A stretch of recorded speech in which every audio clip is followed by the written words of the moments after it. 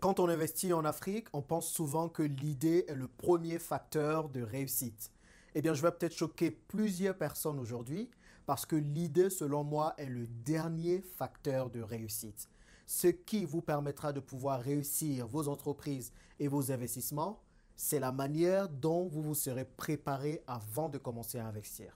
Dans cette vidéo, je me propose de partager avec vous 5 étapes à absolument réaliser avant de penser entreprendre ou investir. Salut et bienvenue sur cette chaîne. Je m'appelle Jean-Yves, je suis investisseur en Afrique depuis une bonne dizaine d'années et mon objectif sur cette chaîne est de vous aider également à réussir vos investissements en Afrique. Si c'est une thématique qui vous intéresse, n'hésitez pas surtout à vous abonner à cette chaîne et à activer la petite cloche qui se trouve juste à côté du bouton abonner afin de ne rater aucune vidéo qui paraît chaque semaine sur cette chaîne. Aujourd'hui, je veux parler avec vous, je veux parler avec toi des différentes étapes à suivre avant de se lancer dans l'investissement en Afrique. On a tendance à penser que l'idée qui nous permettra de pouvoir investir est celle qui nous permet de pouvoir réussir. Mais comment se fait-il que deux personnes qui ont eu l'idée d'investir, par exemple, dans l'immobilier, qu'il y en ait une qui réussisse et il y en ait une qui échoue? Et cela se voit dans tous les secteurs et cela se voit selon toutes les idées. Cela nous montre encore une fois que l'idée d'investissement n'est pas le plus important. Le plus important, c'est comment vous vous serez préparé. C'est quel mindset vous aurez lorsque vous allez commencer à investir et comment est-ce que vous serez juste préparé. Quand vous prenez un athlète, la performance de l'athlète dépend énormément de la qualité de sa préparation. L'athlète ne découvre pas la compétition juste le jour J. Il s'est préparé longtemps à l'avance afin de pouvoir réussir la compétition.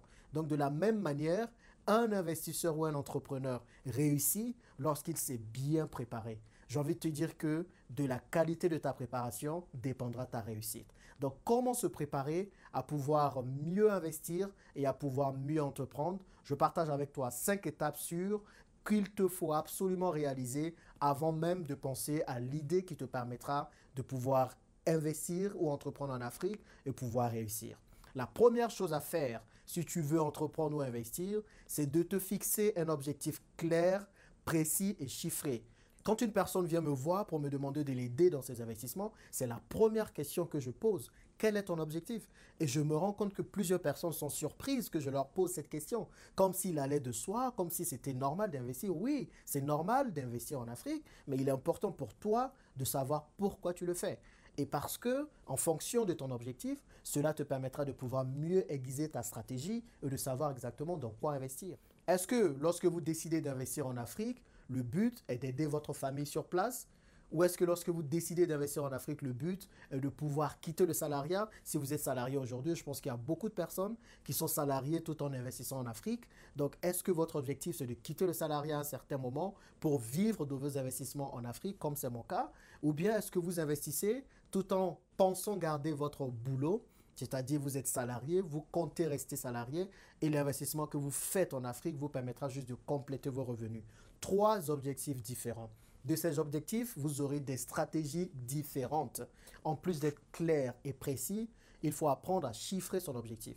Combien tu veux gagner au bout d'1 an? Quel est ton chiffre d'affaires que tu vises au bout d'1 an? Si ton objectif est de, par exemple, quitter le salariat et pouvoir vivre de tes investissements, tu es obligé de savoir combien tu as besoin de cash flow ou de bénéfices pour pouvoir vivre. Si tu as besoin de 1500 euros, disons 1 million de francs CFA pour pouvoir vivre, mais dans ce cas, tu as besoin d'avoir un business qui te permettra d'avoir 1500 euros de cash flow. Je ne te parle pas de chiffre d'affaires. Je te parle bien de lorsque tu retires tes dépenses de tes revenus ou bien de tes recettes, c'est la somme qui te permet toi de te payer demain. Donc, ton objectif réellement va orienter le type d'investissement que tu feras. C'est pour cela qu'il te faut être clair.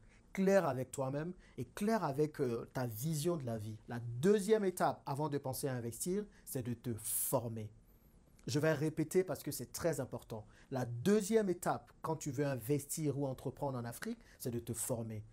On prend l'entrepreneuriat et l'investissement comme des choses qui sont innées. On pense qu'on est tous entrepreneurs ou on est tous investisseurs. Non, ce n'est pas le cas. On ne naît pas entrepreneur, on ne naît pas investisseur. Les plus grands investisseurs et les plus grands entrepreneurs sont des personnes qui se sont formées. On est prêt à aller à l'école pour apprendre des métiers, On est prêt à aller à l'école pour être médecin, on est prêt à aller à l'école pour être ingénieur, on est même prêt à aller à l'école pour apprendre la plomberie et tous les autres métiers tertiaires, mais on n'est pas prêt à se former pour être entrepreneur. Et il est important que tu te formes. Et il y a trois manières principales par lesquelles tu peux te former aujourd'hui. La première manière, qui est pour moi la manière par excellence de te former, c'est par la lecture. Il faut que tu lises. Si tu veux réussir tes investissements et si tu veux réussir dans l'entrepreneuriat, il faut lire. La lecture te permettra d'amasser un maximum de connaissances. Tout ce que j'ai acquis en termes de connaissances dans le business ou dans l'investissement, dans l'entrepreneuriat, sont des choses que j'ai apprises dans les livres. Les livres m'ont permis réellement de changer mon paradigme, de changer ma manière de penser, de changer mon rapport avec l'argent afin d'avoir du succès dans mes entreprises et afin d'avoir du succès dans mes investissements. Donc, si tu veux réussir dans tes investissements, il faut lire afin de te former. La deuxième manière que tu peux avoir de te former, c'est par tes propres expériences.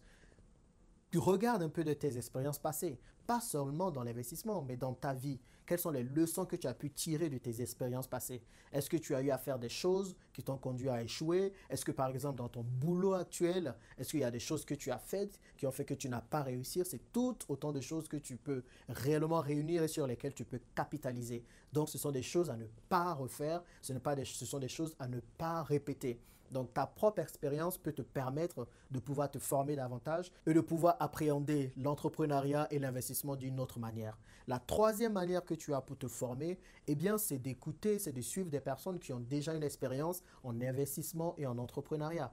Il est important de se faire accompagner quand on veut investir et quand on veut entreprendre. Parce qu'on pense tous qu'il faut rester dans notre coin pour investir. Non, ce n'est pas une bonne chose. Pour te former, tu peux réellement regarder des vidéos comme celle-ci qui te donneront les conseils pour pouvoir réussir dans tes investissements et dans l'entrepreneuriat. Ou tu peux aussi regarder d'autres vidéos qui te permettront de te forger un caractère réellement qui te permettra de contrer toutes les preuves que tu peux avoir dans l'entrepreneuriat. Parce que l'entrepreneuriat n'est pas chose facile. L'entrepreneuriat, c'est pas tac, les choses se passent du jour au lendemain et tout soudainement tu deviens riche. C'est éprouvant, c'est fatigant, il te faut réellement être persistant, il te faut réellement être endurant, il te faut réellement être discipliné. Donc c'est plein de choses qu'il te faut apprendre. Et je ne parle même pas d'apprendre le secteur dans lequel tu veux investir. Si tu veux investir dans l'immobilier, il te faut apprendre l'immobilier. Il te faut comprendre les rouages qui te permettront de pouvoir exceller dans l'immobilier. Si tu veux investir dans l'agriculture, pareil, il faut apprendre c'est quoi l'agriculture, quels sont les types de cultures que tu peux réellement produire et pourquoi et comment tu peux transformer ces produits. Pareil pour l'élevage. Donc, tout ce que tu veux faire, il faut que tu apprennes à te former. Bien souvent, on se lance dans l'entrepreneuriat et l'investissement sans savoir ce dans quoi on se lance. Et on se dit qu'on va apprendre sur le tas. Oui, tu apprendras sur le tas, mais tu feras beaucoup d'erreurs également sur le tas qui pourront te retarder. Donc, il est important que tu te formes avant même de penser à investir. La troisième étape avant de penser à investir, c'est de te constituer une épargne. Je répète parce que c'est hyper important. Avant de penser à investir et à entreprendre, il faut te constituer une épargne. L'épargne est importante. L'épargne est l'arme qui te permettra réellement de réussir dans l'entrepreneuriat et l'investissement. Il ne faut pas penser quand tu commences dans l'entrepreneuriat à prendre tout de suite un prêt. Ne commence jamais avec un prêt bancaire. Parce que si jamais ton business capote, eh bien tu perds de l'argent, mais tu es endetté et c'est une dette que tu vas peut-être devoir rembourser sur plusieurs années. Donc la première chose qui te permettra de pouvoir investir, c'est ton épargne. Et de la quantité de ton épargne dépendra ta force de frappe. Quelqu'un qui a 1000 euros d'épargne, c'est-à-dire à peu près 650 000 francs CFA, n'a pas la même force ou la même force de frappe ou la même capacité d'investissement que quelqu'un qui a 10 000 euros d'épargne, c'est-à-dire 6 500 000. Donc c'est important, réellement important de pouvoir épargner. Et l'épargne va vous permettre tout simplement de savoir gérer vos finances. Moi, j'avais une gestion catastrophique de mes finances auparavant et quand les 5 premières années quand j'ai commencé à travailler. Mais c'est quand j'ai pris conscience de l'importance de l'épargne dans l'entrepreneuriat et l'investissement que je me suis réellement rendu compte que l'épargne peut me faire propulser. Et c'est ce qui m'a propulsé. C'est mon épargne qui m'a permis de me propulser. Et dans une autre vidéo dont je mettrai le lien, peut-être là ou dans la barre de description, je vous dis comment j'ai pu épargner jusqu'à 100 000 euros en 3 ans seulement. Il y a des astuces qu'il faut mettre en place pour pouvoir épargner et je partage avec vous ces astuces dans cette vidéo. Donc, il est important que vous appreniez à épargner. Et cela, on le voit aussi beaucoup en Afrique. En Afrique, c'est super parce que je pense que la culture d'entrepreneuriat et la culture d'investissement est déjà ancrée dans les personnes. Vous allez aller en Afrique, un salarié a toujours un petit business à côté. Comme on dit en Côte d'Ivoire, il a un petit gombo à côté. Chacun a un petit business qu'il fait à côté. Mais le problème, c'est que la plupart de ces personnes ont des gestions calamiteuses de leurs finances, ont des gestions catastrophiques de leurs finances. Ce qui fait que, du coup, il y a de l'argent qui rentre, mais ces personnes n'arrivent pas à garder cet argent et cet argent ressort. Et donc, il y a plusieurs personnes comme ça qui sont comme des passoires, qui laissent passer de l'argent entre leurs mains sans réellement pouvoir en faire quelque chose de productif et quelque chose qui leur servira. La gestion financière est une étape importante avant d'entreprendre ou d'investir. Si tu ne sais pas gérer tes finances, ne pense pas à investir tout de suite. Mais d'abord, prends le temps de gérer tes finances. Prends le temps de savoir gérer un budget. Fixe-toi un budget par mois et prends le temps de savoir juste te focaliser sur ce budget et réellement respecter ce budget. Cela te permettra demain, quand tu vas investir, si tu te donnes des budgets, si tu te donnes des objectifs, tu vas t'y tenir et tu vas faire en sorte de pouvoir les respecter. Donc, la troisième étape, avant de penser entreprendre ou investir, c'est de te constituer une épargne. La quatrième étape, avant de penser entreprendre ou investir, c'est de déjà commencer à te constituer un réseau. La force du réseau est importante parce que le réseau te permettra d'avoir certainement les retours de d'autres entrepreneurs ou investisseurs. Cela te permettra peut-être d'avoir des personnes avec qui discuter de tes probables difficultés demain. Et comment se faire des réseaux? Il ne faut pas être un investisseur ou un entrepreneur qui reste dans son coin et qui vit comme dans une autarcie ou comme dans un autre monde dans ses investissements. Il est important de partager. Je sais qu'en Afrique, on a cette phobie en tant qu'Africain de se dire que lorsqu'on partage nos idées, les autres vont la voler l'idée et que les autres vont pouvoir la réaliser après. Mais il n'y a pas de peur à avoir. L'Afrique est un continent sur lequel il y a encore beaucoup à faire. Donc, ton idée, je ne sais pas, à moins qu'elle soit hyper révolutionnaire. Et d'ailleurs, si elle est révolutionnaire, ça veut dire que peut-être que techniquement, elle est peut-être difficile à être mise en place, à être mise en œuvre. Donc, peut-être quelqu'un d'autre qui prendra ton idée ne va pas réaliser ton idée de la même manière. Et de toutes les façons, on peut avoir la même idée, mais réaliser cette idée de deux façons différentes. Il y a 7 milliards de personnes sur la Terre. C'est autant de personnes qui sont différentes. Donc, n'ayez pas peur de partager vos idées. En les partageant, rassurez-vous que vous êtes bien convaincu de cette idée. Parce que vous allez rencontrer des personnes qui vont peut-être vous décourager, vous allez rencontrer des personnes qui sont pessimistes par nature et qui vont vous déstabiliser dans vos idées. Mais cela vous permet de pouvoir bien travailler votre business plan. Cela vous permet de pouvoir peaufiner l'idée que vous avez et de pouvoir réussir. Sortez de votre canapé, allez rencontrer des entrepreneurs, allez rencontrer des investisseurs, allez rencontrer des personnes qui font la même chose que vous. Moi, j'investis déjà en Afrique depuis plusieurs années, je continue de le faire. Si votre objectif, c'est d'investir en Afrique, ben écoutez, venez, on se rencontre, on peut parler par WhatsApp, on peut parler via mail, de toutes les façons. Certains ont vu mes vidéos et m'ont contacté, on a commencé à discuter. C'est des connexions qui se mettent en place. Et du coup, on apprend mutuellement de nos différentes expériences. Donc, il est important que vous puissiez vous constituer un réseau. Le réseau vous permettra réellement d'aller loin. Et en tant qu'Africain, il est important que aussi, on nous traite, dans la plupart du temps en Occident, de vivre en communauté, mais on ne vit pas tant que ça en communauté. On est en communauté que quand il y a des bagarres,